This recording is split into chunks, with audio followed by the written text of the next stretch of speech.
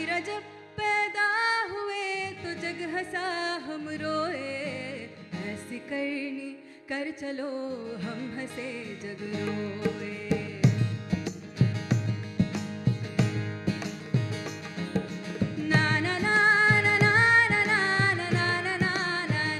Good evening, one and all.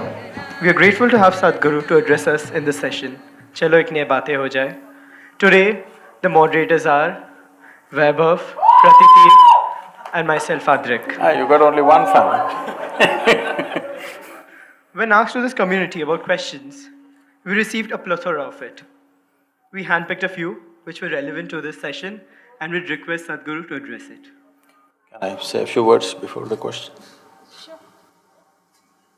No. Can I say a few words before the questions? Yeah, sure.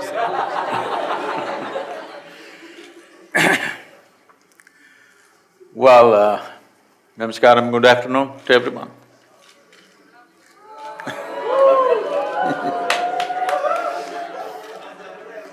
So, why this Youth and Truth? How did it come about? In the last 36 years, wherever I go, one constant refrain has been people always asking me this question, thousands of them. Sadhguru, when I was 20, where the hell were you? You come when I'm 60, what I'm supposed to do? If you had come when I was 20, I would have done this with my life, that with my life, so many things. So this has been bothering me for some time, that I didn't get to their life soon enough. So I thought we will step out and meet people below 25 years of age in this country, largely. And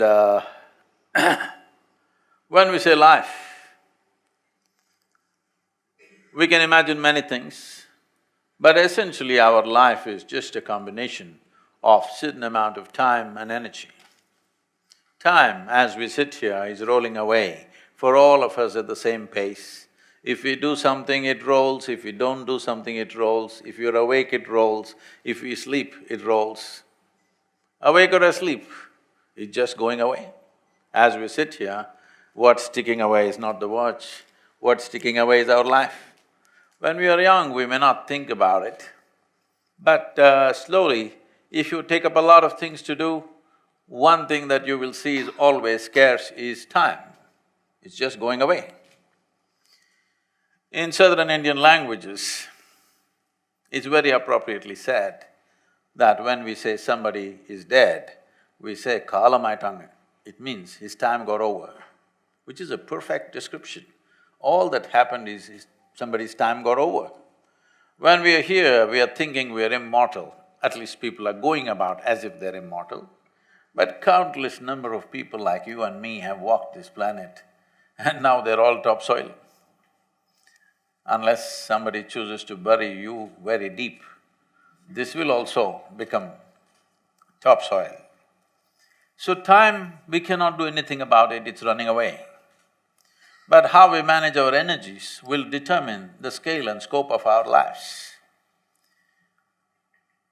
This segment of life which we are referring to as youth, it is in this segment of life that human energy is at its highest exuberance.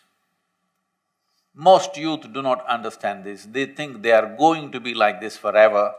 You must pay attention to little older people, how they walk, how they sit, how they do things. You will understand that this exuberance of youth that you're experiencing right now is not forever, it is only in this segment of life.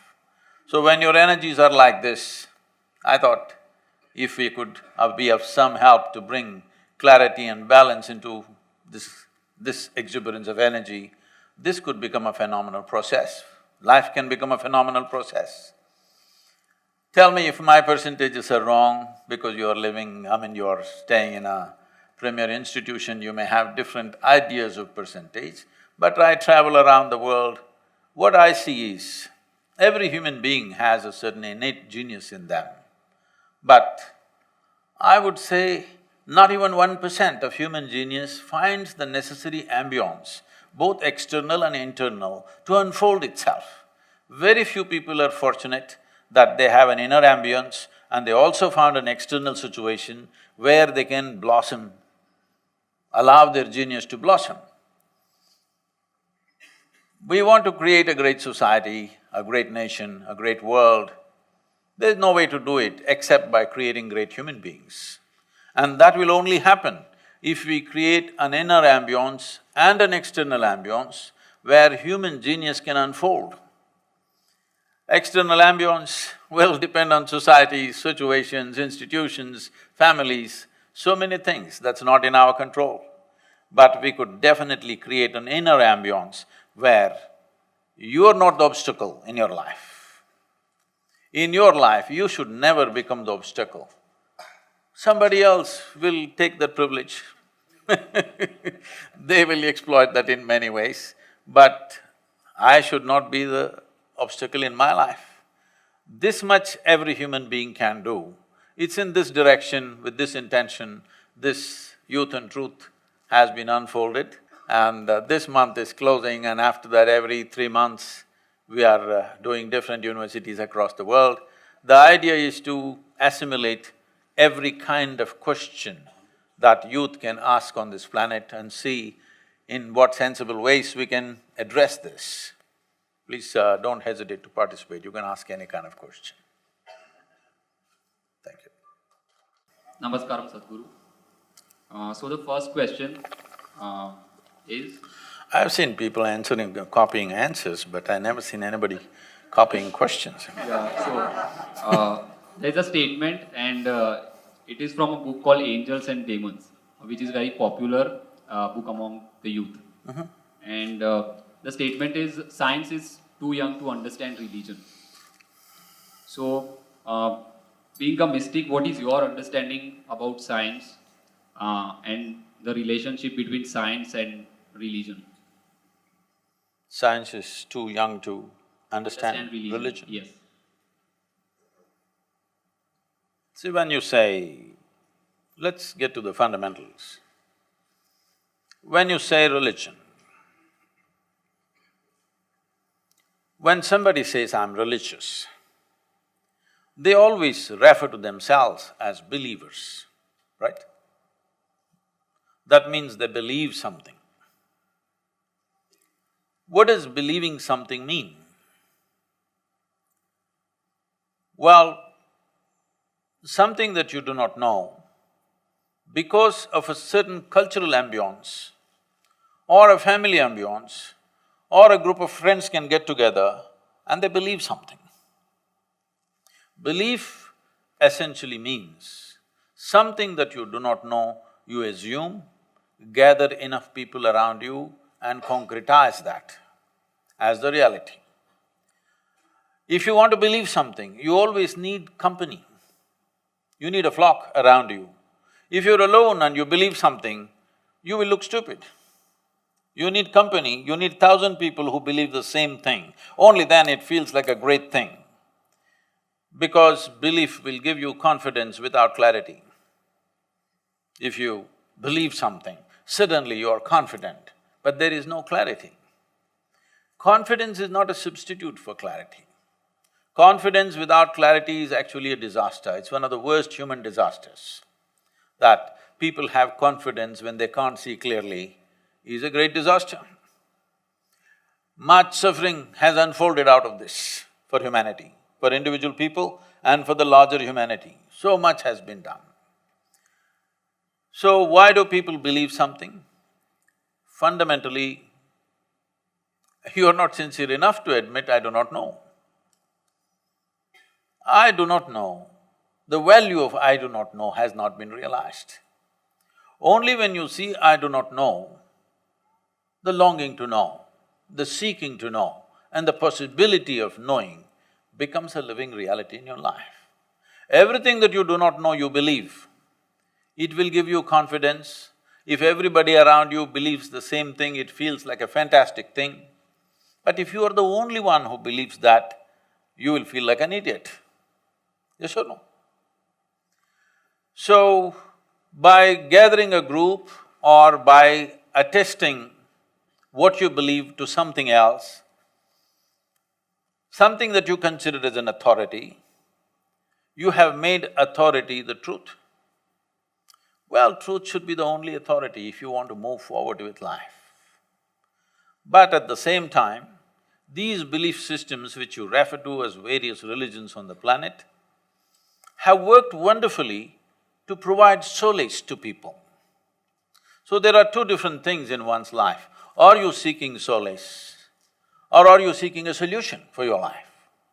If you're seeking a solution, you must seek the truth. If you are seeking solace, belief works very well. Or in a way, it's a mass psychiatry and it's inexpensive and it works pretty good. So I wouldn't disturb it simply. Uprooting it will freak a lot of people. But should we evolve beyond that? Definitely we should. But science as you know it today, does it know everything? No. Its instruments of knowing are very simplistic and it is struggling. The only reason science is as important as it is simply because the spill out of technology.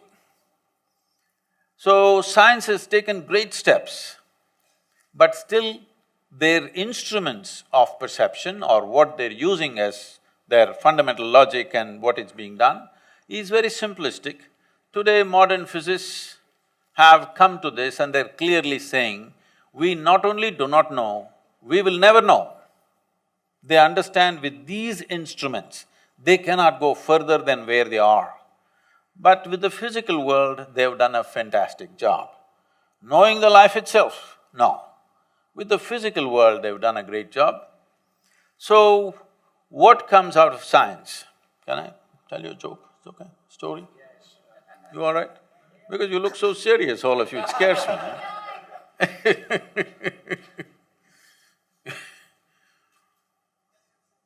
You know, this happened in 2050. A group of scientists got an appointment with God and they went there. They told him, see, hey God, you've done quite well till now with creation, your design is quite good. But everything that you can do, we can do. It's time you retire. So God asked, is that so? What is it that you can do? So they said, see, we can make life. What more than that? God said, okay, give me a demo. They took a bit of soil and did whatever they had to do, many things. And after some time, this little baby started crying, came alive. God said, that's quite impressive, but first get your own soil. We are forgetting that we are standing in a very small context and making conclusions about everything in the universe. So that is science's problem. The problem of the religion is, they know everything without knowing a thing. So how do you arrive at these things? I had a very nasty joke, but you look like a nice guy, so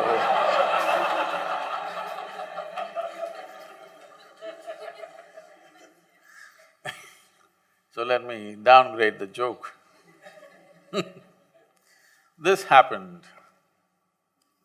In New York City, a 8-year-old boy got home from school one afternoon. He had a very progressive mother at home. Obviously, she was single. And he came home and asked, Mom, is God a man or a woman? You know, this is a big debate in America. Is God a man or a woman? They tried to settle this in the last election. And you know what happened? So she thought through this gender politics that is going on in the country. After much thinking, she said both. Then the boy went into deep thinking. After thinking for a while, he came back and asked, Mama, is God black or white? This is also a big debate. The racial debate is a very big debate. So after thinking through everything, all the racial politics in the country, she said both. The boy went into very profound thinking. Then he came back and asked, Mama, is God straight or gay? She thought through all the politics involved with that aspect of life, and then she said, both. The boy jumped in joy, I got it, it's Michael Jackson.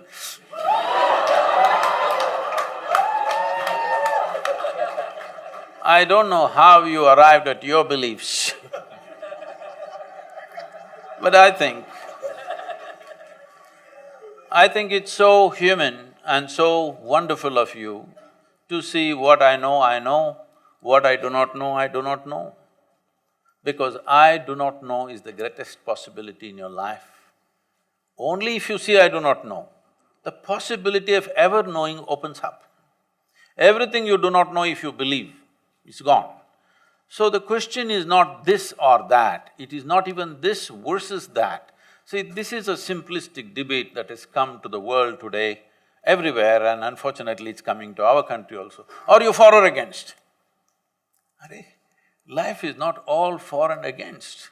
There are many aspects to life. If you consider life, you are never for or against anything. The question is, what we are doing right now, is it appropriate to the situation in which we exist? Our actions must be appropriate, they must work, they must benefit. Otherwise you will go right versus wrong. Then even the people who think they are not religious have all become religious fanatics. They think they are liberals, they think they are something, but they're all taken the position of fanatics. I'm right, you're wrong. Life is not between right and wrong. Life is only about, in a given moment, are you doing the appropriate action? That's the most important thing about life. I would like to ask something about which is related to belief. Little closer, please. Okay. So we are either stuck in the past memories or thinking about future, setting up goals and planning according to our goals. But it's not necessary every time things turn up the way we have decided, planned. So is it like everything is pre-decided by the fate? So is somebody up there, not you guys, somebody up there, are they deciding everything? See, up, because all of you are in a design institute, you must know this much, that you are on a round planet, am I right? You're on a round planet, and the damn thing is spinning all the time. So if you look up, invariably you're looking up in the wrong direction. You are not even on the North Pole, you are at a certain latitude. Do you know what is really up in this cosmos? Which is up? Hello? Do you know? Is it somewhere marked this side up in this cosmos? So you don't even know which is up, but you know who is up. This is really dangerous, you know. You don't even know what is up, but you know who is up. You not only know him, you know his name, you know his wife's name, how many children he has, what he likes for his birthday, you know it all. But you don't know a thing about yourself. So, this thing about destiny is somebody up there deciding everything.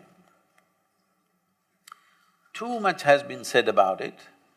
Even I don't know if it is, we call this Kili Shastra.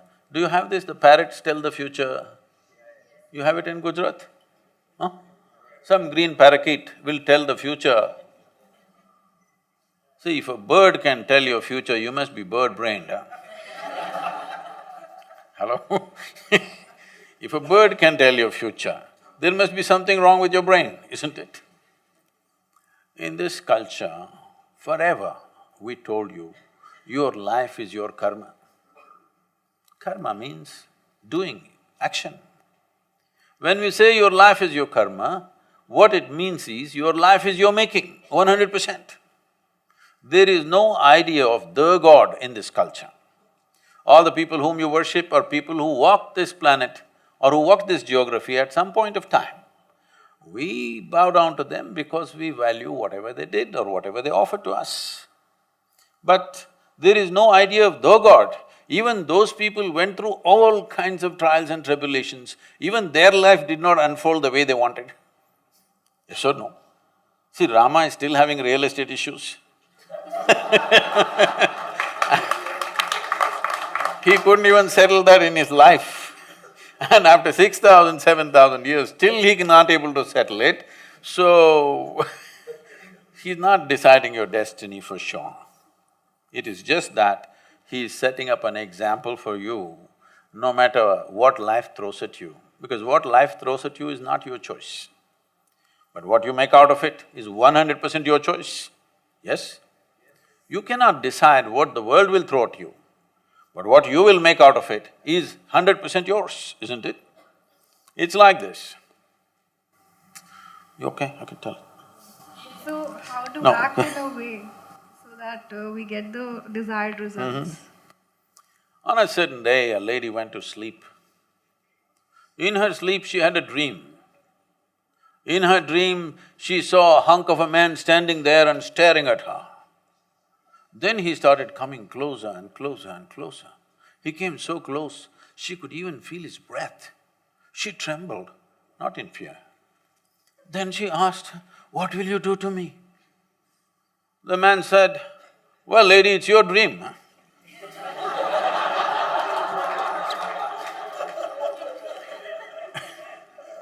What's happening in your mind, in your emotion, in your experience is 100% your doing, isn't it so? Hello? But right now, whatever happens outside is happening inside of you. This is why this question is coming up. Otherwise, if you decided what is happening within you, would you keep yourself blissful or miserable? You must choose, all of you. If your thought and emotion happen just the way you want it, would you keep yourself blissful or miserable? What's your choice for yourself? What you want for your neighbor may be debatable. But for yourself, it's 100% clear, you want highest level of pleasantness for this one, isn't it? So right now, only because the outside is determining the nature of your experience, you are worried about what happens outside. If you created a situation within you, you are always blissed out. Outside is just a play, you would play it with full force, isn't it? Right now you hesitate, most people's entire life is half steps because the fear of suffering, what will happen, what will happen? If you are determining the nature of your experience, fear of suffering is out. Only when the fear of suffering is gone will you walk full stride in your life.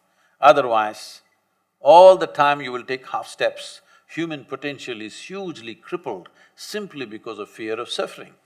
How did we get all these things? Somebody read this book, these days from scriptures people have come to Dan Brown, but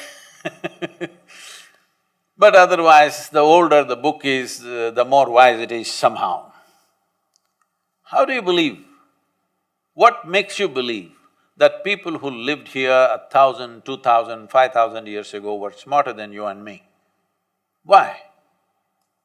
Why do you believe that? I don't think so. Then also there were some smart people, then also there was a whole bunch of idiots. Yes or no? Now also it is true, some people are smart, rest are doing whatever rubbish they are doing. Yes or no? Do you believe 10,000 years ago everybody was super smart and wise and fantastic? No, that's not the way it is.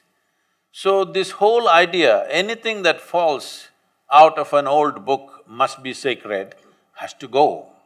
That is not the nature of this culture, because even when so-called divine entities came, we badgered them with questions, isn't it? Shiva opened his mouth, his wife asked him 1,000,000 questions.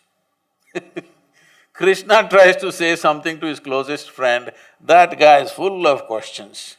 None of them could ever give a commandment and say, this is what you must do. Only debate and debate and debate, because that's healthy. That means you're seeking. If you give a commandment and this is it, that is a full stop to your life. It's very, very important that we understand why human life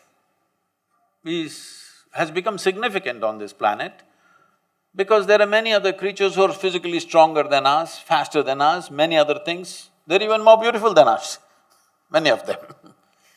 The only reason is because we have a certain consciousness and a capability that we can craft our destiny.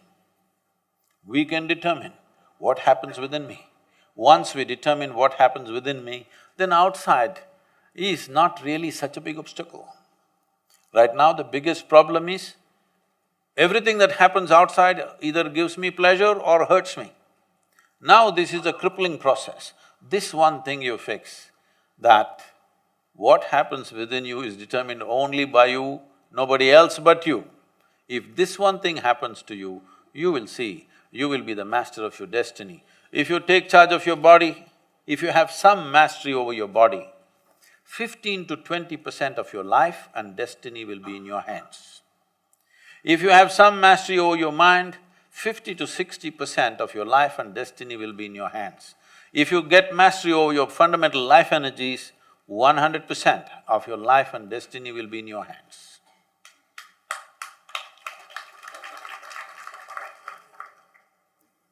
It is just individual human beings, will they strive for that or not is the only question. I'm sorry?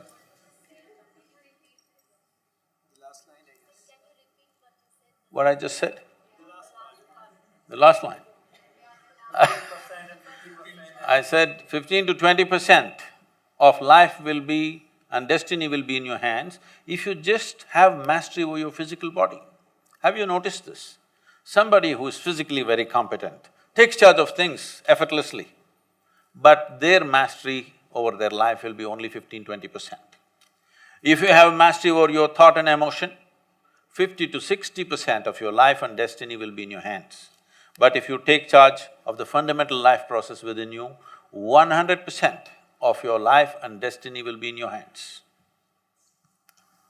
So Sadhguru, your example on Rama brought me to this question. So you know how when we go through the Indian mythology, Hindu mythology, we come to this word called dharma. So what exactly is dharma to you? See, the word dharma literally means the law. Now, you will see, if you look at the same Ramayana, Mahabharata, they're always talking in terms of Raja's dharma to the praja, husband's dharma to the wife, wife's dharma to the husband, parents' dharma to the children, children's dharma to the parents, teacher's dharma to the student, student's dharma to the teacher. What they're trying to set is, you must understand, this is a time, from being nomadic tribes, they're trying to organize an organized society. They're trying to create civilization.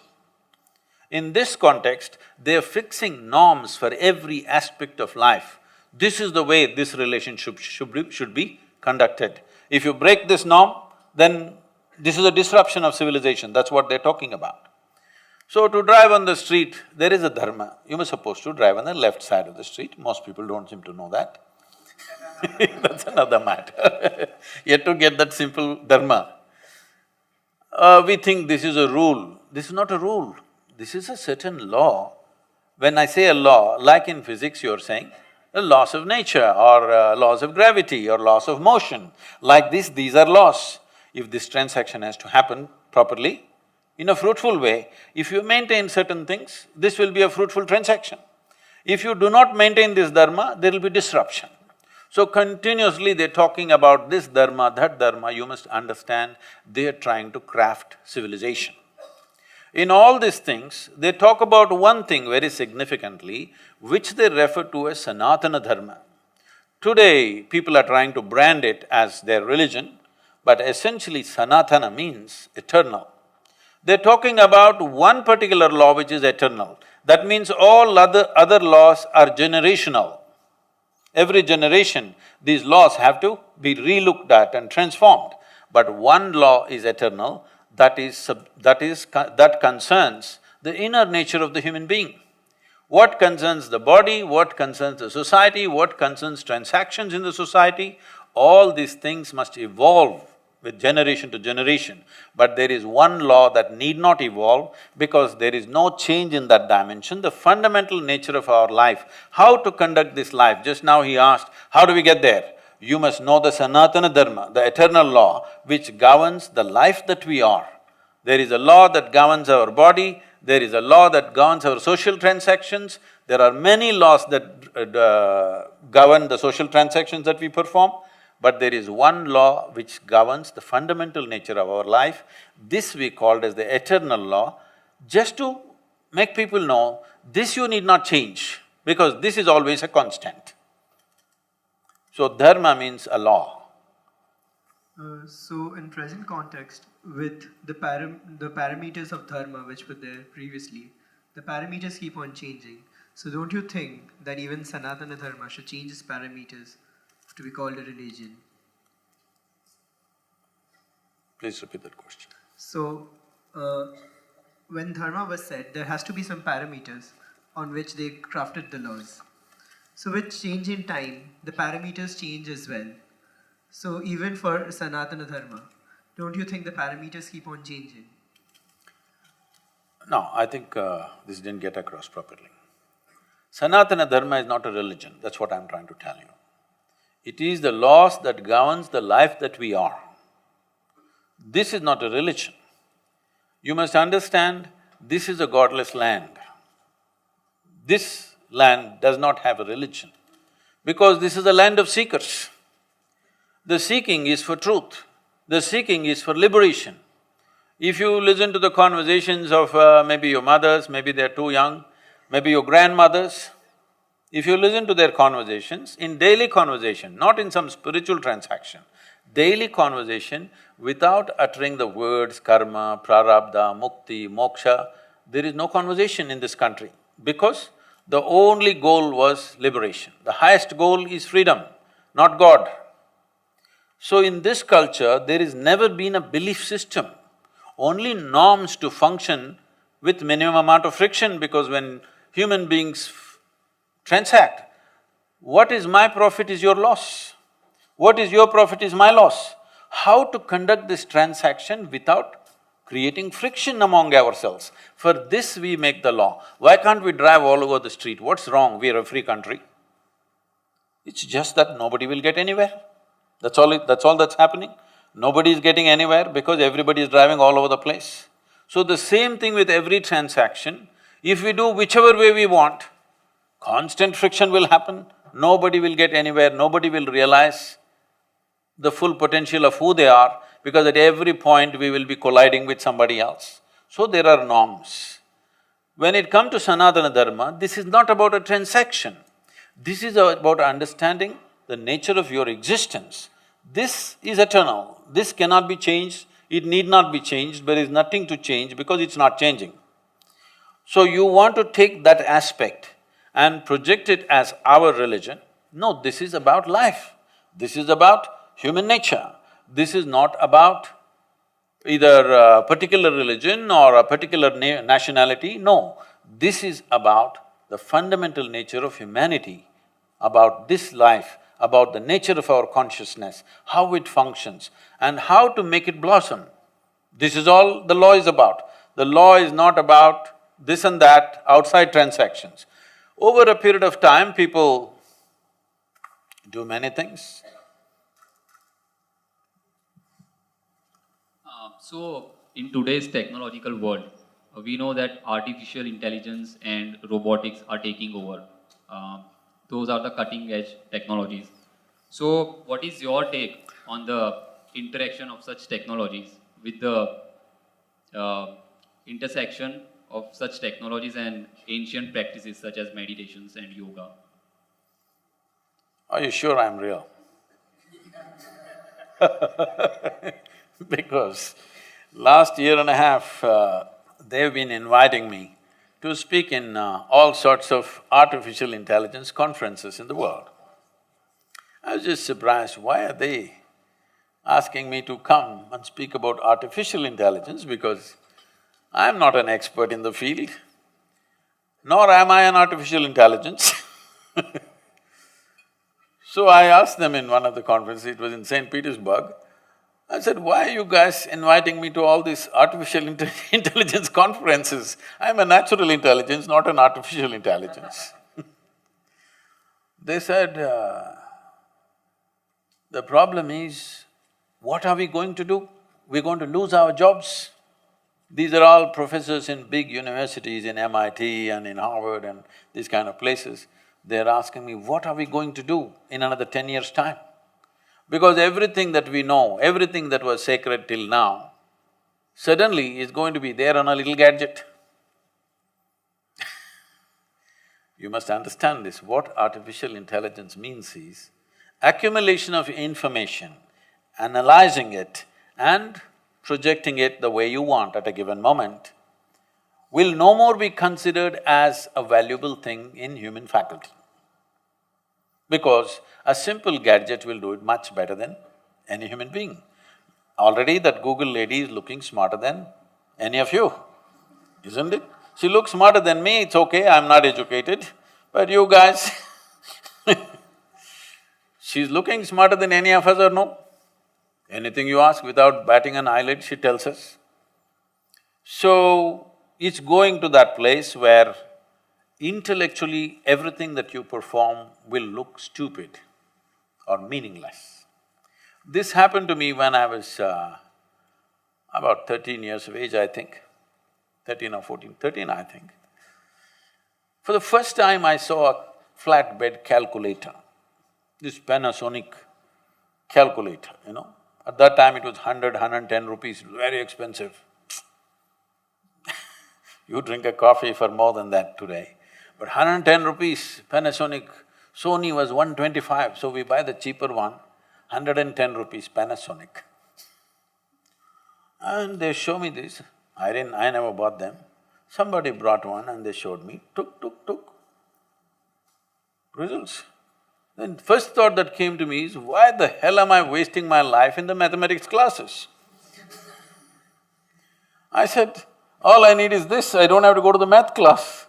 Whatever question you ask, tuk.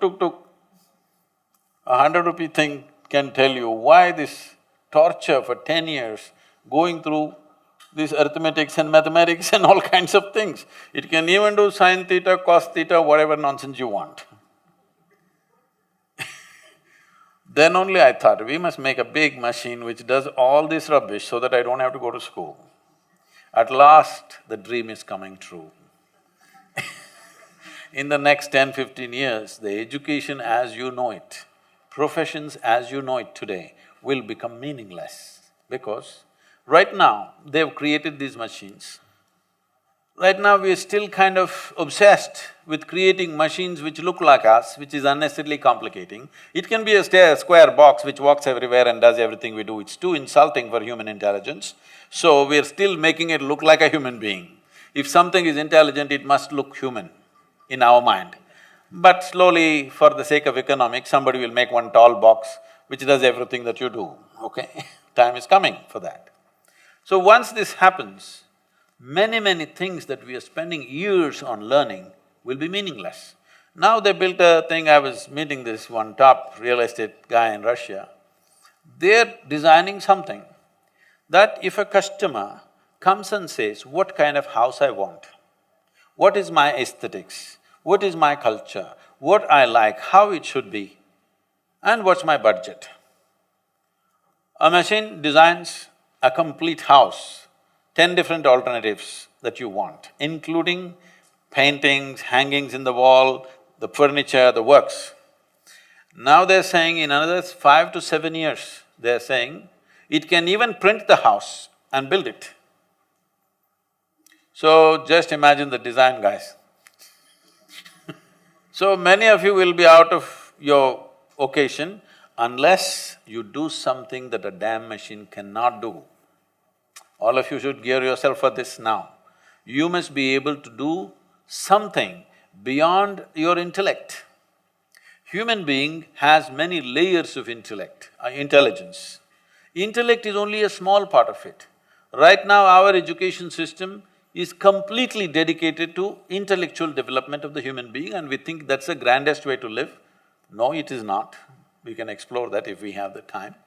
But in the yogic way of looking at things, we look at human intelligence as 16 parts. If you explore other dimensions of intelligence, only then you will be relevant when everything intellectual. Intellectual means your intellect cannot function without accumulated data. Yes or no? Hello? Yes. Your intellect cannot function without accumulated data, is that so? Now, whatever is data assimilation, analysis and execution of that analysis, a machine will do better than you. A human being can always make mistakes, can always fudge information, but a machine is clear-cut. It will simply do those things. So everything that you can do intellectually will be meaningless in another 10 to 15 years' time. Maybe in India it will take 20 to 25 years' time, but inevitably it's going to happen. So you must be equipped with something beyond your intellect. When I say beyond your intellect, there are many ways to look at it. I will make a simplistic example. Simplistic because if we go into more sophisticated examples, we'll have to do a lot of exploration. We don't have that kind of time today. For example, what did you eat for lunch? Maggie. You are on Maggie?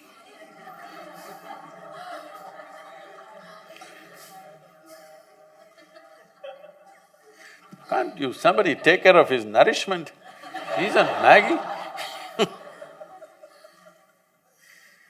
Okay, even if you eat the noodle, a noodle doesn't look like him, doesn't feel like him, nothing. But this noodle he eats, within 3-4 hours' time, this Maggi noodle has become a human being, isn't it? Yeah, part of it. It's become part of the system. So you are manufacturing such a complex machine with Maggi noodles.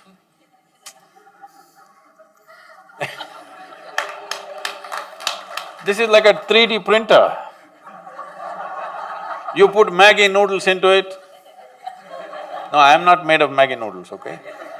I eat better than that. But you put a chapati into this becomes a human body. This is the most sophisticated machine on the planet. You're manufacturing this with whatever food that you eat. And the food that you eat is just the soil that you walk upon. Yes or no? And it stands up. Isn't this a 3D printer? Hello? Does that intelligence exist within you or not? Not even in your brain, in your gut? It does. It does. So if only you found conscious access to this dimension of intelligence, you would live magically, isn't it? Then artificial intelligence won't disturb you, you will be very happy because all the menial jobs if the machines do, what a wonderful world. I'm looking forward to that. Sadhguru, this question is something which many of us will be able to relate with. So, people are going through a lot in their lives, in their personal and professional lives. So, my question is, how do youth especially how they'll be able to realize the difference between sadness and depression? And since realizing All the way from Bangalore to Ahmedabad. So, realizing a problem is the first step of solution. So, this is something important when someone is in depression, they should know and realize, actualize it first. No, professionals are telling you, however much of sadness you're in, you're not depressed because you've still not gone to them. You need a certificate for that. This happened in Bangalore city itself way back, many years ago. 50 years ago, maybe 47 years ago, I think. There was a boy that I knew. He was very scrawny like that and suddenly he went into some kind of psychological disturbance. He lost his school, started yelling and shouting on the streets. Then the family took him to Nimhans Institute, which is one of the premier institutions in Bangalore. I think he stayed there for maybe 6 weeks or so. Then he came out, he was quite normal, he was fine. Just that a month or two, he kind of lost his balance. Then when he came, all the boys of his age teasing him, "Hey, you're a nutcase. You were in the madhouse, weren't you? So you're a nutcase." All the time people are making fun of him. So one day he got fed up with this and he pulled out a paper from his pocket and showed, "See, I have a certificate, I'm normal. Do you have one?" "I have a certificate from Nimhans which says I'm normal now. You don't have one, right?" So, we must understand this, whether it's physical health or mental health, a large part of it is in our hands, a large part of it. Well, things like cardiac ailments, the variety of other things, people thought it's just God-given. Today, doctors are telling you, you don't have to come here, you just eat properly, get up in the morning and do some exercise or yoga or play a game or take a walk or do some damn thing. Don't just sit around. Yes? If you just move around, your ailment may go, that's what they're telling you. And how many people have walked out of their cardiac problems simply by doing few sensible things? And how many people have gone to the surgery table because they did not do those sensible things? Is it true or not? So any ailment is not an absolute. Yes, there are certain intrinsic aspects within us which may tend to push us in that direction. Maybe, congenitally, your genetics are such, maybe you are moving towards a cardiac problem, but you can also move away, hold yourself away from it. To a large extent, there are some things which are beyond us, that's different. But a whole lot of it is in our hands.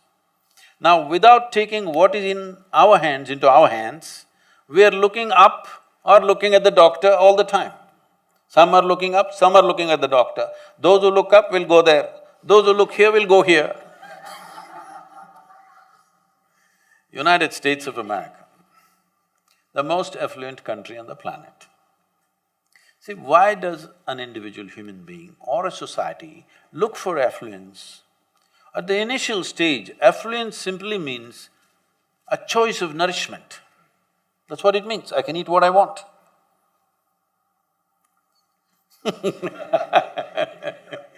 At the next level of affluence, it's a choice of lifestyle.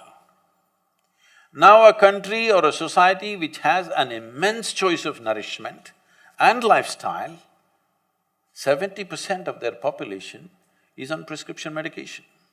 They're spending over $3 trillion on healthcare. People estimate by 2030, it could be close to $8 billion, their healthcare bill. Many people believe that this could sink the country, not a war, not some other tragedy, healthcare. And every other nation is going in that direction. Europeans have done a fantastic thing of reversing that process to some extent, really. Especially in some parts of Europe, people are much healthier than ever before simply because they're cycling, they're walking, they're doing things and they're eating sensibly. This culture is spreading in Europe. This culture was so much a part of our thing, but now we are all going the American way. And as a nation, we can never afford that kind of healthcare bill. Our economy itself is not $3 trillion yet. For 1.3 billion people, if you go for that kind of healthcare, we'll be finished in no time. First of all, we will never do it, okay? For this population, you are never going to provide that kind of thing. Here you have to see, or everywhere we have to see, especially in our country, we have to see how people can stay healthy, not how they can be treated for everything, isn't it? So this goes for physical ailment and for mental ailments. When it comes to mental ailments, there is right now a whole new subject evolving called neuroplasticity. You heard of neuroplasticity? You can rewire your brains completely. We have been saying this forever in the yogic systems. In 24 hours' time, we can rewire your brain completely so that you think differently, feel differently, act differently in a matter of 24 hours if you are willing to do something very intense and focused. Today they're telling you, just by cultivating a different kind of thought, by doing different kind of activity, you can change the very shape of your brain. The grey matter can increase and decrease in different areas of the brain simply by doing these things in a matter of days or weeks. We have shown this, that people who practice, like we have a simple 21-minute practice which is large, taught widespread, called Shambhavi. It's part of the inner engineering process. University of California made studies on this, and now they're saying that the neuronal regeneration in the brain is 241% higher than normal if you're doing this practice for over 3 months. Everybody could do with little more intelligence, isn't it? Because over 30 years of age, generally there is depletion of neuronal production. What is being depleted and what is being replaced is not equal. But now what is being replaced is higher than the depletion that's happening. So age need not take away your intelligence. When age happens, most people are managing by experience, not by intelligence. Youth below 18 years of age are far more intelligent naturally. Their problem is they don't have experience and information. Over 30 years of age, their intelligence is depleting normally, but they are managing with experience and exposure and stuff like that. But now there is proper studies showing that over 35–40 years of age, you can increase the neuronal regeneration in your brain. So when all this is there, when substantial science is saying this, some people going on saying, no, depression is not by choice, it is an absolute thing, once it happens, you have to come to me. I can understand the business concerns of that. But please, every human being should take absolute responsibility for their physical and mental health from an early age. It's very, very important. Otherwise, I'm telling you, life can throw googlies at you in such a way, just about any so-called normal person can be shattered. Things will happen. So now what will you do? When you fear that you may be shattered like this, what will you do? You will curtail your life. That should not happen. This is why I said, only when fear of suffering is totally taken away from you, when you are absolutely clear, my experience of life is determined by me and nobody else but me, then you will walk full stride. This must happen. Human beings must walk full stride. They should not be walking half steps. But with the fear of depression, sadness, misery, we will all end up walking half steps, isn't it? If you feel little depressed, what's the first thing you do? You curtail your life, isn't it? Isn't it the first thing you do? Don't curtail your life. This life must happen full on. It's a brief amount of time. In this time, there's no need to curtail. This must happen full on. Thank you so much, Sadhguru, for addressing all these questions with so much clarity. And now we'll move ahead with our second session of the event, in which any of you can ask any question with Sadhguru one-to-one. So, yeah. Please. Take the microphone, please. Namaskaram, Sadhguru. In the book Inner Engineering, you have said… In the book Inner Engineering, you have said that if this planet gives you a chance, you want to transform entire planet into what you have enshrined in the south, which you just showed. So what does the necessary support be? See, do you understand her question, what she's asking? We're talking about I will explain the… What she's asking is, I think in the book, it is said, I haven't read the book, I only wrote it, okay? So, if I say something, I'm only paraphrasing because I don't remember the words there. What could have been said there is, if we create the right kind of energy spaces, human beings will blossom much better. This is why in this culture, people have misunderstood this whole thing now in competition with various other things, but in this culture especially, it was all over the country, but the northern part of the country has taken so much beating in the last 1,000 years of invasions and occupations. You don't see that culture so much, but if you come south, it is still largely intact. You will see this much better because south never really got thrashed by invasions in any big way. Generally it was quiet. Still people want their idli soft and sambar hot, and those are the big concerns. Because they never really faced any kind of extremes, either of weather or of invasions and occupations. All the time for few thousand years it's been there. So if you look at this, you will see, especially in Tamil Nadu, Karnataka, Andhra Pradesh, you will see this. The center of the ancient towns is a magnificent temple. If anybody wants to understand engineering and design with the limited material of just having granite stone, it's the most miraculous way of doing things. This temple, to build it, normally it took 1 or 2 generations of people working to the same plan and design. And they never left their names on it. Who is the designer? Who planned this? Not in one place did they write their name. And this was created as a consecrated space. You must understand, these temples were not places of prayer. Never ever did anybody lead a prayer. There is a pujari who does some chores there for you. He is not in any way leading you. He has no power over the people who come there. That's the best part of this culture, that the man who stands in the temple as an official has no power over the people who come there. He cannot tell them what to do and what not to do. This is a very good thing in a religion, that they don't have any power. Otherwise, in the assembly of what is considered a sacred space, you could influence people in so many different ways. So apart from this, this was mainly an energy center, so the tradition always said, nobody told you, you must pray, you must send a petition to God or anything like this, but they told you if you go there, you must sit down for some time. Have you heard this? That if you go to your temple, you must sit there for a while. Today people go there, just touch their bottom to the floor and go, because they're doing a ritual of… because somebody said sit down, they sit down and go. The idea is to sit there and imbibe this energy.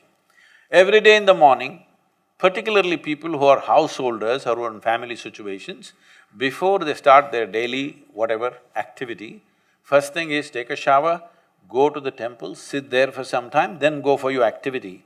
This is like a public battery charging place to charge you up in a certain way. Different types of energies. Today, you want to go for a business thing, you go to one kind of temple. Today, you have a wedding to attend, you go to another kind of temple. Like this, for different purposes, they crafted different kinds of energy systems. The important thing is to just sit there, imbibe and go. They also said, if you are on a spiritual path, you don't have to go to the temple. If you don't know this, sadhus and sannyasis don't go to the temples. They are full-time on spiritual path, so they have their own self-charging methods, they never enter any temples. I've built them, but I never go there. I never go there because if I close my eyes, things are handled for me. I don't have to go and sit in a public place where other people are making use of it. So, this was created for a specific purpose so that a human being can blossom. In the sense, if you want your plants in your garden to be full of flower, you have to maintain a certain ambience, isn't it? Similarly, if human beings have to blossom to their full potential, a certain ambience is needed. This is not about worship, this is not about belief, this is about creating a certain kind of ambience so that naturally it'll be easy for a human being to blossom. Right now, as an example of this, I think they showed the Dhyana Linga. What this means is, without any instruction, without any preparation, you can make people meditative. People just come and sit there not knowing anything about it, they've never heard what is meditation. They will sit there thinking they'll sit for 10 minutes, they'll sit for 1 or 2 hours without knowing what happened. Simply because the very energy ambience is such that they will become meditative. Like this, so many things can be created. The important thing is, every home used to have a consecrated space. If you just look back, if you just go to any house, which is like, let's say 3 generations of people have been living there, they will have a sizable puja room. Somewhere there will be one yantra, there will be some consecrated substance, object, but now because of their fear, they have added 2 dozen gods all over the place. Every time somebody brings one new god, they will put it there because fear has become the key now. Fear has become the basis of all this. But if you look at any home which is over 2 or 3 generations, you will see always there is a consecrated object in the house, because they knew the benefit of this and they knew how to use it for their benefit. There are different ways to use this for health, for well-being, for prosperity, like this there are many kinds of things that one can create, or for spiritual well-being, all this. So what I might have said in the book is, if we create this in every working place, in every home, in every office, in the cities, that people are in a cared-for space. It's very important. In many ways, this is what a design school means in a different way, that when you live somewhere, you must live in a cared-for space. An uncared-for space will create a different kind of culture within ourselves, different kind of psychological makeup within us, different kinds of behavior. When, many years ago, about 25 years ago, I went to speak in a college in Bangalore. It's called… The problem is these videos are going to go everywhere.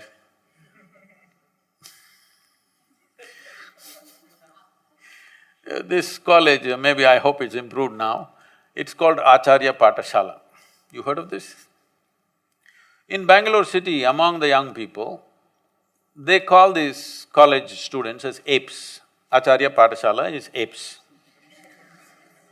They're very proud of being apes. So I went there to speak. I just looked. Everything that can be ripped off has been ripped off, including the door shutters, window shutters, even the steel bars are all bent and removed. Only the concrete shell, which they could not demolish, is standing. I looked at this and said, no wonder everybody calls you apes. This place is only fit for apes, this is not for human beings. Human beings need a better ambience to blossom. So when we created our schools, I said one thing is, it must be a super cared-for space. Children should walk gently and they must learn to maintain these things. First of all, they must learn to live gently and well among themselves. Today, if you come and see our Isha Home School, it's like an art museum. Not one thing in the last 12 years has ever been damaged by the children. They manage everything. Young children, they just learn to live in a cared-for space, and parents are saying, Sadhguru, how to provide these things at home? They're coming and demanding, why is the house so bare and bad like this? Our school is so wonderful. It's very, very important, all of you are in design, that you should put India back on its aesthetics. Aesthetic is very important for how human psychology evolves, how a human being behaves, how he shapes himself, depends on the shapes and forms and sizes that we create around. If it is in some way oppressive, we will become those kind of harsh people. So, this is very important, not only to create a physical ambience and aesthetic ambience, energy ambience is also equally important. What kind of support we need? We need you, that's why I'm here.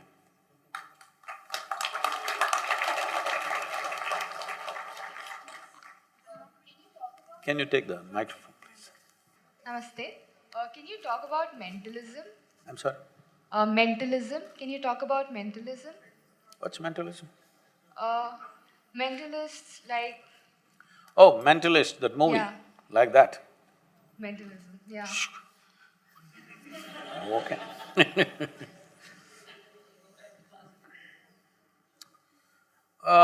Don't go by the Hollywood movie. A lot of things are exaggerated there, but can human mind do things outside? Of course it can. Today if I utter this word, I'm sure there's a whole lot of misunderstanding because this comes from elsewhere. This is what Tantra means. Tantra does not mean unbridled promiscuity as Americans have projected it. Tantra means the technology.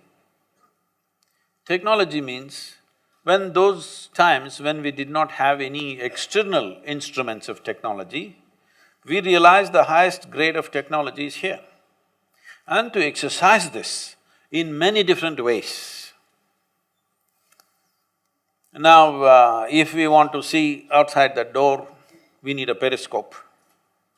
Now somebody found a way to look beyond without a periscope. In a way, this is the mentalism, or what do you call this? Mentalist. Using your mind beyond the realm of your body. Right now, mind is functioning within the realm of your body, you want to use it there. It is possible to do that, it's not possible. It's just that all kinds of wild and absurd things are believed. If you trim those things, in many ways, knowingly or unknowingly, many of you are using this. You create what you want in the world when you really want it. In a way, it's simply your focus which makes those things happen. Maybe it is not as tangible as it's in a cinema, but every one of you to some extent you're doing, isn't it? How effectively do you do it depends on… there are many things, if I say things that happen around me, they're too fairy tale-ish. I wouldn't believe such nonsense if anybody told me, so I won't tell you, because I don't want you to believe or disbelieve those things. But every day people around me witness things which they think is nothing short of a miracle, but there's no miracle. Life is a big miracle. Are you a part of it or are you out of it? That's a big question. Isn't this a big miracle? This guy eats a noodle and becomes like this? Is it not a miracle, I'm asking? It is a miracle, isn't it? Question is, are you consciously in it or are you out of it? That's a big question. If you're in it, you're… See, if you use any thought, this is… well, he was asking how do we do it in the beginning. Suppose you generate a thought. Have you noticed this? Suppose you generate a thought and then you invest your emotion in this thought, suddenly this thought becomes boom. Huh? Yes or no? Right now, I generate a thought, oh, she is such a wonderful person. But now I invest my emotion into that thought. Now suddenly, you are not just another person to me, you are something else to me. Is it reality or no? Just because you invested your emotion into your thought, now there is a next thing. If you invest your life energies into it, consciously, suddenly this will become something else altogether. Suddenly, you become like, life is a play, it's no more a struggle. Because miracles are always happening, you put a little seed, it becomes a tree, he eats a noodle, he becomes a man. I'm saying this is happening to… it's happening all the time, just see. You put filth into the root, just see, it becomes fragrance. Is this not miracles and miracles all over the place? The question is only, are you consciously a part of this miraculous creation or are you stuck in your own logic and outside this miracle? That's all the big difference is.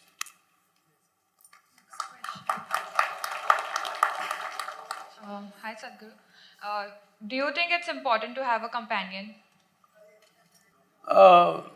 Companion is a very benign word. If you're asking, is it important to have a lover, is that the question? No, just a companion. Okay, benign word. Companions can be of many kinds. There could be companions for education, there could be companions for a party, there could be companions for your… as a sounding board, there could be companions for your business or your many things. So is it good to have a companion in various aspects of our life?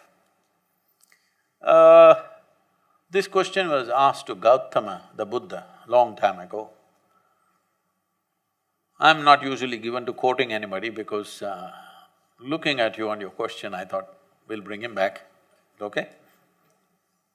Someone asked this, is it good to walk in company or alone? Gautama looked at the person and said, it's better to walk alone than to walk with a fool. You understand? Because he's saying, who else will walk with you? So, do you need a companion? If you're thinking of a long haul of something, it's good to have a companion. If you're looking at short bursts of creativity and action and change of direction in your life, being alone you'll be very agile. If you're looking at a long haul, company is good. If you're thinking of short bursts of doing things, being alone is always best. I've seen Mahabharat, your version. So it was full about boons and curses. And the question is, do we have control over others' life? Like you just said, that you make your own life. If I am making my own life and somebody curses me, and then I'm finished. So what do I have the role to play? Yeah. It's like the energies. Do I influence your energy and can I control the way you live? See, we were just talking about this, she talked about mentalist. Your question is related to that in a way. Now, in my mind, I just create a thought that something should happen to you, something good or bad. Well, it may happen, it may not happen. If you are very receptive to me, it may. If I say something, if you take it very seriously, you may change things. But if I invest my emotion in my thought, I will make sure the thought gets across to you in a very big way. Then the chances are more that it may happen to you. It is not even that it is necessarily happening only because of my thought and emotion, it's just that my thought and emotion will create a whole bunch of thoughts in your mind, which is now modern science is called as neuroplasticity. That because of a powerful thought and emotion that I threw at you, now you get enslaved to that and your whole psyche is around that thought and emotion. Sadhguru said this, and you're going crazy about that. And your entire brain will take shape in that way. It is no more mythology. Modern neurology is talking about, neurosciences are talking about it. So you will manifest that, good or bad. Now if I invest my life energies behind it, even if I don't tell you what is my thought, still I can change the neuroplasticity of who you are. It's possible to do that. So when you talk about those boons and curses, they're talking about that kind of influence. Somebody who's invested a lot to generate this kind of energy within himself says something and that thing just happens to you because your whole mind gets wrapped around that little seed that is thrown into you. So this is why even even to teach a simple form of spiritual process, even to teach a very basic form of meditativeness, when you come to us, we will not do it unless you take a larger identity, that you become all-inclusive in some way. If you are not all-inclusive and you become powerful in your mind, you are a dangerous character. It's just like somebody who is not in some way responsible for the world has a nuclear bomb in his hand, he will inevitably cause damage, isn't it? So this is why meditations and spiritual processes, before they're being taught, a certain amount of making your identity much larger than your individual identity, so that you become all-inclusive before you become meditative, is always taken care of. In spite of that, there could be a Vishwamitra being born, what can we do?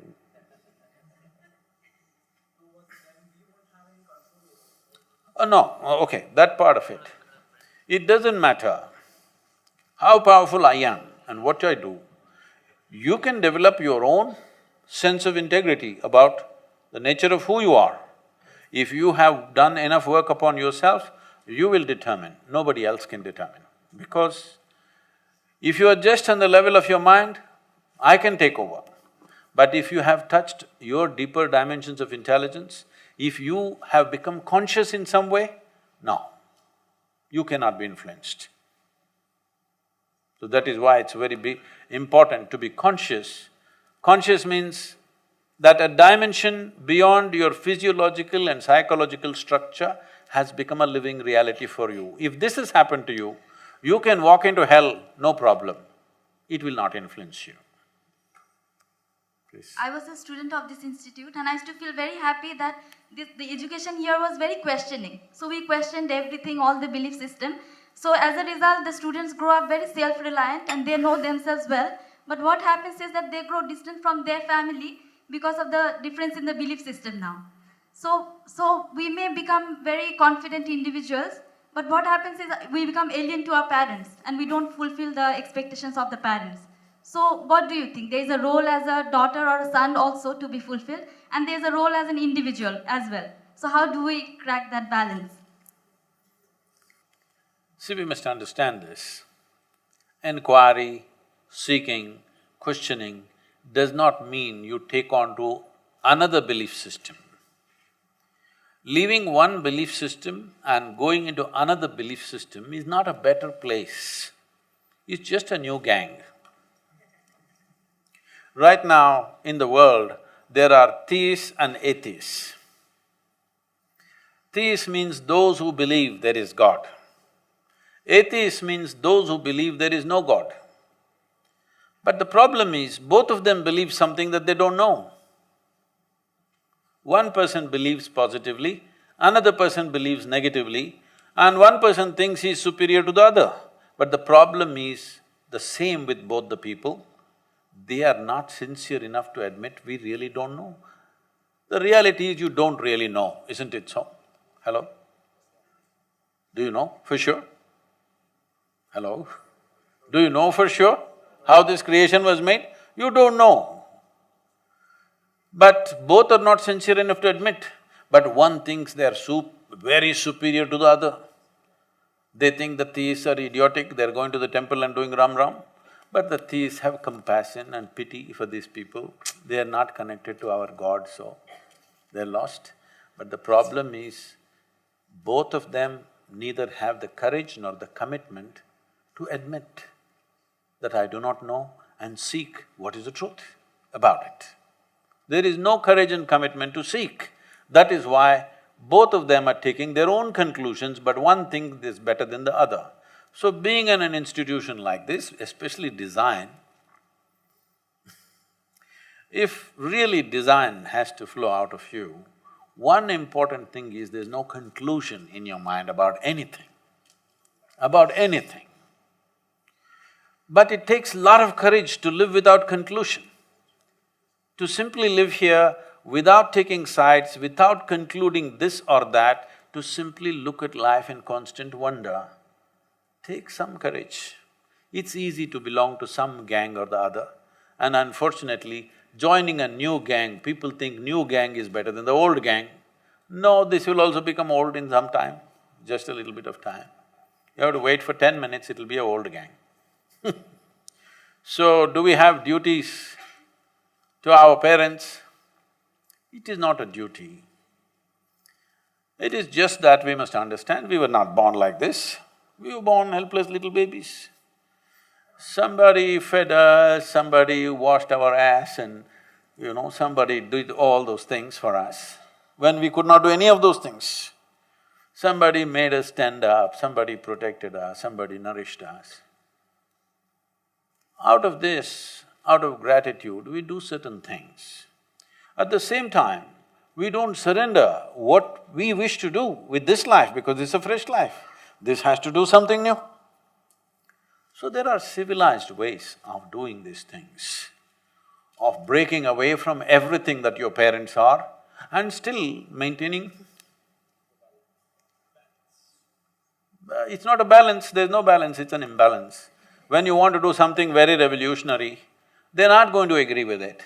But the problem with most of the young people is, they will get angry that somebody is stopping them. No, they're not stopping you, they are telling you the best that they know. Yes or no? They're trying to do the best that they know. If you appreciate that, they're only trying to do the best that they know, it doesn't mean you have to give in to what's best that they know. As a new generation, you must do something new, otherwise what's the point of one more generation? We could have ended with ours. Yes, what is the point of a new generation if you don't do anything new? But they will get angry that you're breaking away. You don't have to get angry, you can still be loving, hug them and do what you have to do. Yes, because the relationship with the parent is not of intellectual evolution or revolution. It is of love and protection and care. That's a relationship. Please maintain that part of it and do whatever the hell you want. So empathy is a word that we use every day, and especially we as designers have placed it on a pedestal. So we want to know what is your interpretation of empathy, and is it necessary for everyone to have it? And if so, then how can it be taught to someone? Oh. Well, there's a lot of room for empathy in design, in creating things. But today, a whole lot of design that's happening in the country, a land which was steeped in aesthetic at one time, that we invested, people invested their entire life to just carve one stone column. That kind of culture, today our design and aesthetic needs more sympathy than empathy. Because if you walk in front of a home, all the 72 shades of Asian paints are used on a single home. It needs more sympathy than empathy. So, empathy essentially means that your life reverberates with another. This is not your idea, this is the way it's happening, isn't it? When you know, when we realized that Tamil Nadu had only 16.5% of green cover and the national aspiration was 33%, and a very rich land which it was, some UN agencies came and predicted in 97 or 98 that by 2025, 60% of Tamil Nadu will become a desert. I don't like predictions, first of all, any kind, because predictions don't take into account… they take into account the cold facts that are there, but they don't take into account what's beating in a human heart and what are human aspirations. So I drove around to see whether it's true. Then I found that it would happen much sooner than 2025. Then we made a simple plan. I made a simple barefoot plan. Okay, so many thousand square kilometers. If you plant 114 million trees in the next 8 to 10 years, in 15 to 20 years you will have 33% green cover. So I called a bunch of volunteers and about 4,000–5,000 people sat there. I told them, see, we need to plant 114 million trees. They looked like this. Sadhguru, do you know 114 million means what, Sadhguru? How many zeros? Can we ever plant that many trees? I said, see, Tamil Nadu's population is 6.2 or 62 million people. If all of us plant one tree today, take care of it for 2 years and plant one more after 2 years, we got the number. So it's just that people have never thought how to compensate what we are using. Then they said, no, how can we get people to understand this, how will it happen? Then I did a simple thing, I said, call one meeting. We called a much larger meeting, 7,000–8,000 people or somewhere between 5,000 to 6,000 people. Morning, 11 o'clock meeting in Tamil Nadu. This is a place where there are some 5–6 huge rain trees which cover almost like 3 acres of land. These 5 trees cover literally almost 5 acres of land, full shade, beautiful. But we sat in hot sun at 11 o'clock. So I also sat there in hot sun and talking to them, just gossiping with them, telling them jokes. They slowly, initially they were laughing nicely, slowly. You know, after 1 hour, if you're moving around, you won't feel the sun. When you sit there, slowly it gets you within an hour's time. They're looking like this, what's wrong with Sadhguru, why is he… Right here, so many trees, we can sit there. I went on, when I saw they could all faint, and I said, okay, let's go. And we walked and sat under the tree. Everybody, ecstasy. And I said, you see the difference? You know what's a tree only when you roast it for some time in the sun, then come under a tree, you realize it's like paradise, really. It feels like that. After a hard, sunny day, you come under a tree, you realize it's something else. People who are living in buildings won't understand this. If you're working outdoors, you know this very well. Then I made them sit there and see, we set up a certain spiritual process. See, what you exhale, the trees are inhaling. What the trees exhale, you are inhaling. They all sat like this with tears in their eyes and some of them screaming, shouting, rolling. I said, this is it. All we have to do is, this is 1/2 of your lungs hanging out there. You don't fix it, this won't function. It became an experiential process. Now you can't stop them from planting trees. Tamil Nadu has got a culture of planting trees like crazy. Even in the weddings, everybody is giving saplings to each other. Well, they've planted some 33, 34 million trees till now. It's not 114, but at least the culture has changed. People have understood. Now, I think, how many schools?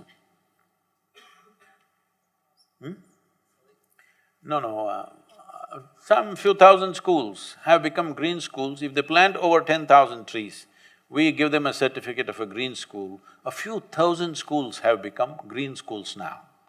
The culture has changed. People are planting trees simply because they understood what I exhale, the tree inhales. Always this life has been reverberating with that, isn't it so? So empathy is not an idea, it's not a philosophy that you develop. If you pay attention to your life is reverberating with everything around you, isn't it? If it becomes an experiential process, we call it yoga. Yoga means union, that you actually experienced union with something beyond your body. This is called yoga. Consciously you obliterated the boundaries of your individuality, that means you're in yoga. Twisting and turning is not the yoga. Yoga means union happen. How will union happen? You have drawn a boundary of your individuality.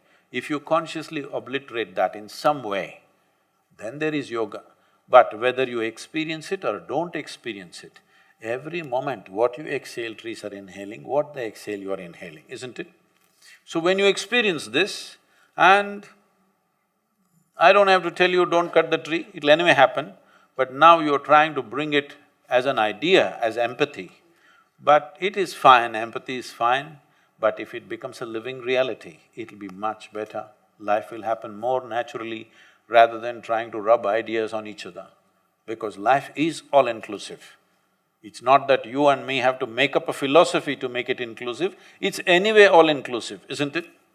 Nothing can live without anything else. Everything is happening as one big happening.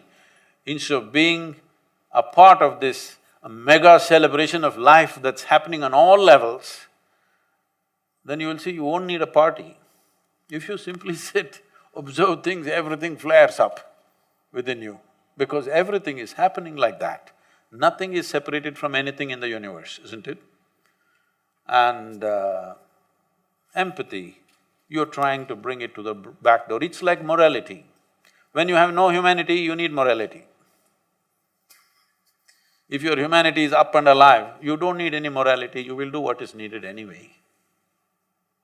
Today, when we have a lot of opportunities available to us, the multitude of choices that we have almost paralyzes us, because we have a limited amount of time. How do we choose, how do we go about choosing what do we want to pursue? Yes, ma'am. Hello. So taking this context into account, what he just described, I would want to ask about how this context would be taken in terms of what spirit is.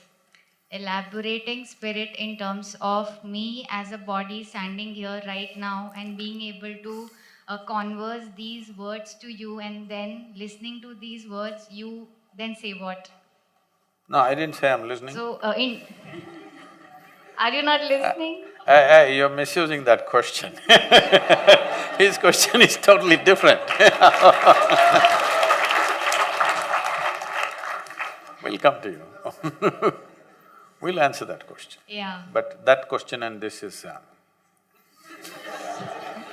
you're creating more confusion So for him. after this question, maybe? Yes, yes, yeah, ma'am. Spirit. Thank you. That's a good design.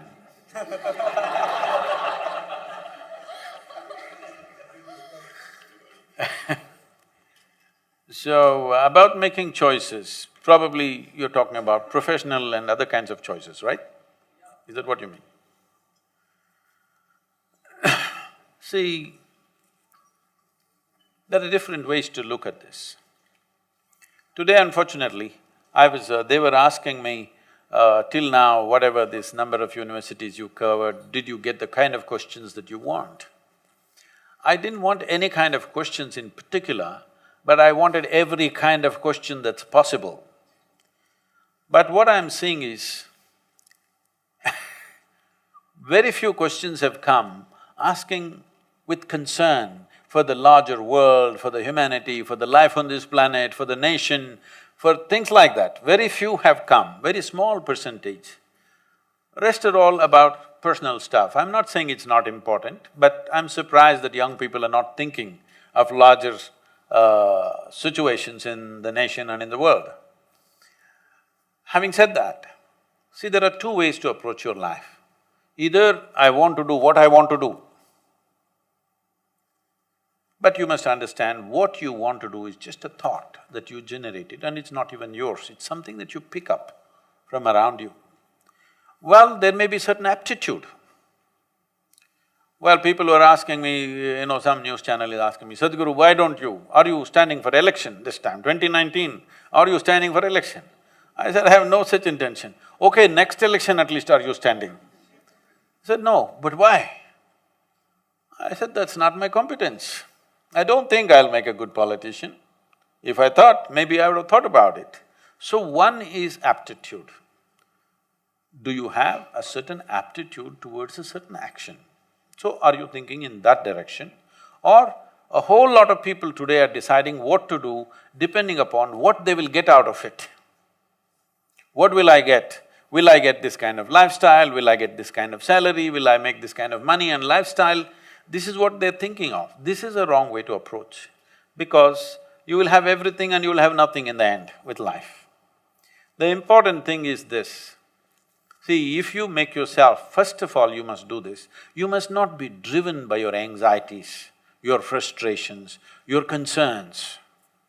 You must take… when this question becomes a serious question in your life, you must take off at least 3 to 10 days, let's say, depending upon who you are. Some people may need 3 days, somebody may need more time, let's say maximum 3 to 10 days range.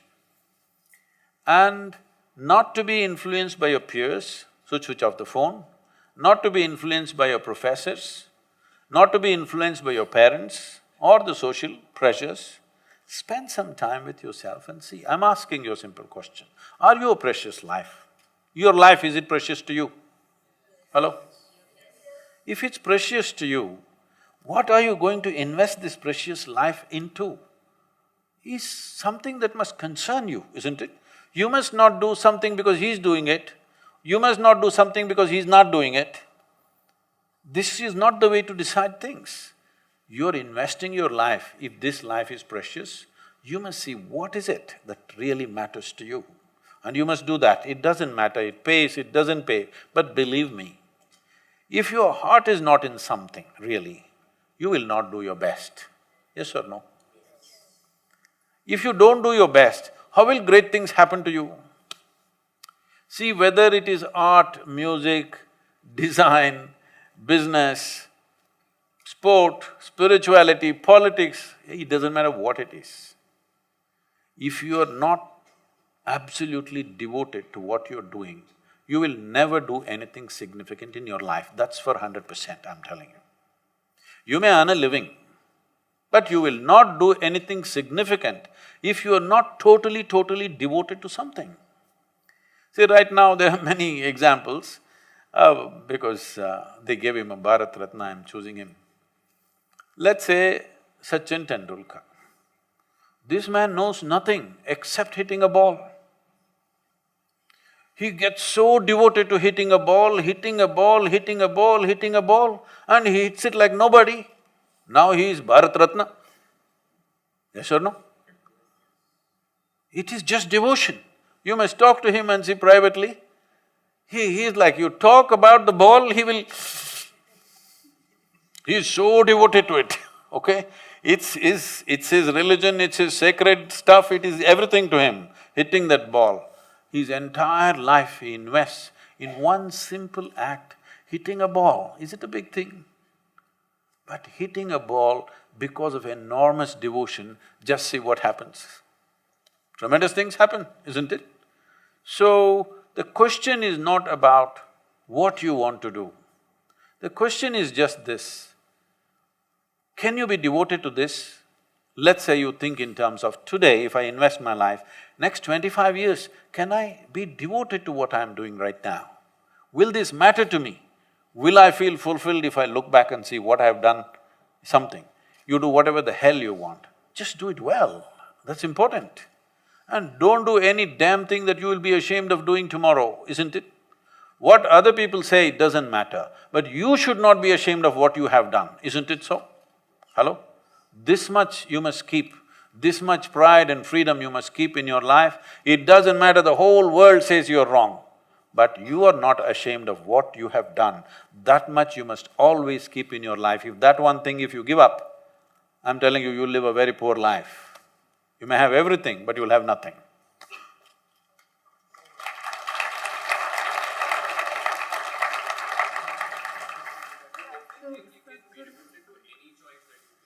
I'm sorry?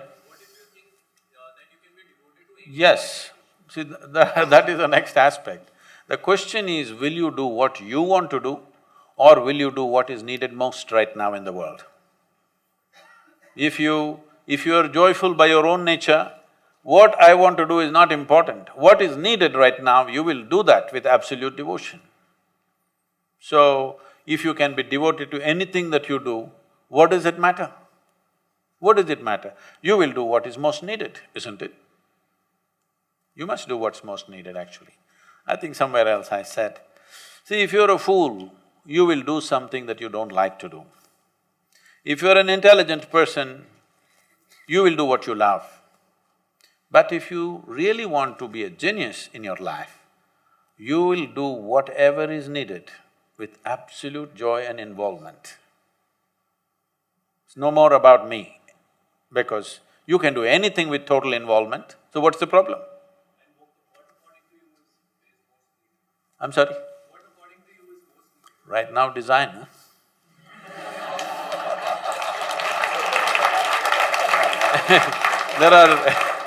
There are two ways of looking at design. When we say design, we may be thinking of designing a building or clothing or something else, material stuff.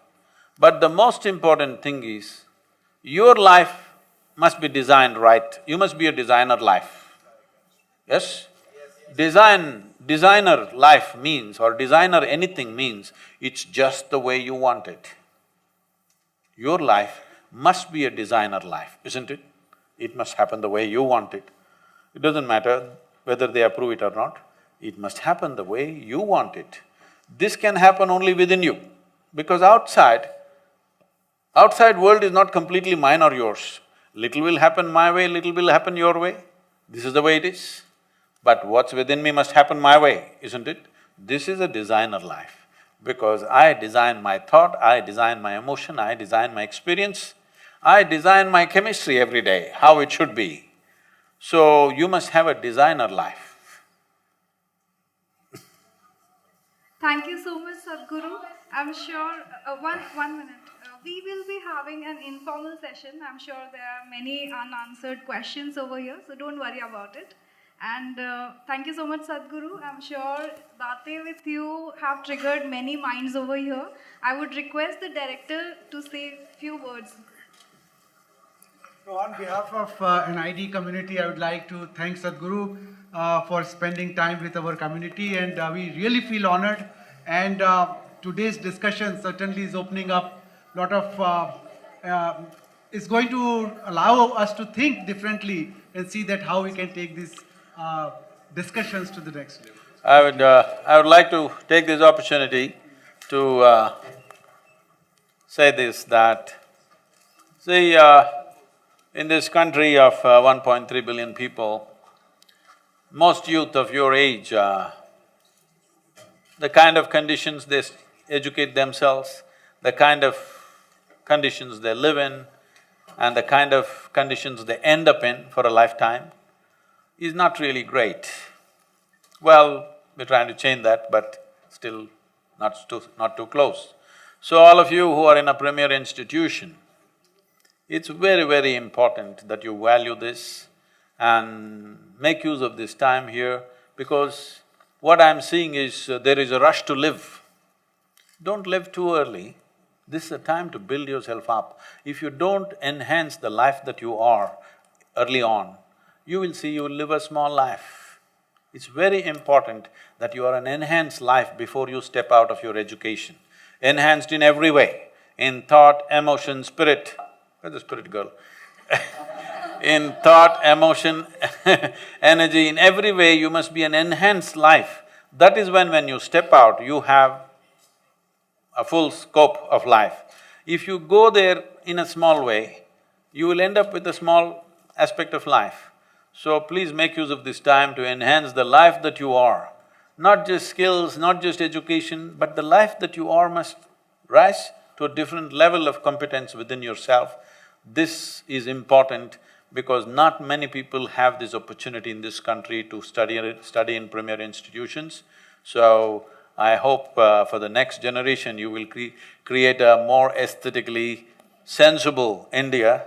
Thank you very much for having me here.